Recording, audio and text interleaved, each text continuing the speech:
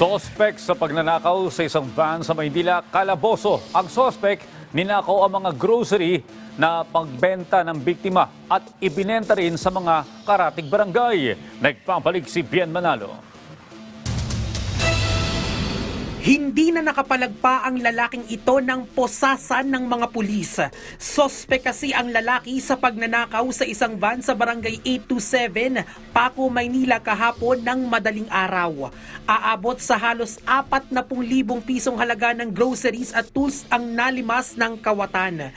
Ayon sa inisyal na investigasyon ng Pandacan Police Station, nagpabalik-balik pa umano sa lugar ang kawatan kung saan nakaparada ang target niyang sasakyan. Binabalikan pa ito ng suspect kasi hindi naman niya makukuha marahil yung groceries worth of 35,000 ng isa, tuhaan lang.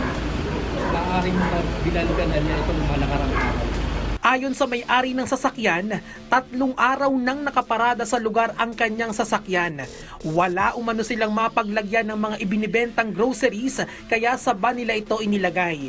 Laking gulat naman ng biktima nang malamang ibinibenta rin ito ng sospek sa mga karatig barangay. Base na rin dun sa tulong ng witness, sa description na ibinigay ng witness, and then sa information na ibinigay dun sa biktima, nalaman nila na merong inilalakong mga groceries at may mga kasama pang mga tools pa ng sasakyan dun sa karatig barangay kung saan nangyari yung crime.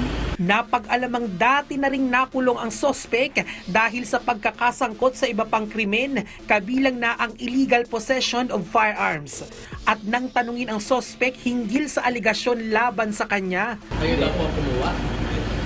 Sino po ang kumuha niyo, sir? Pangalan, nabibenta na sa akin.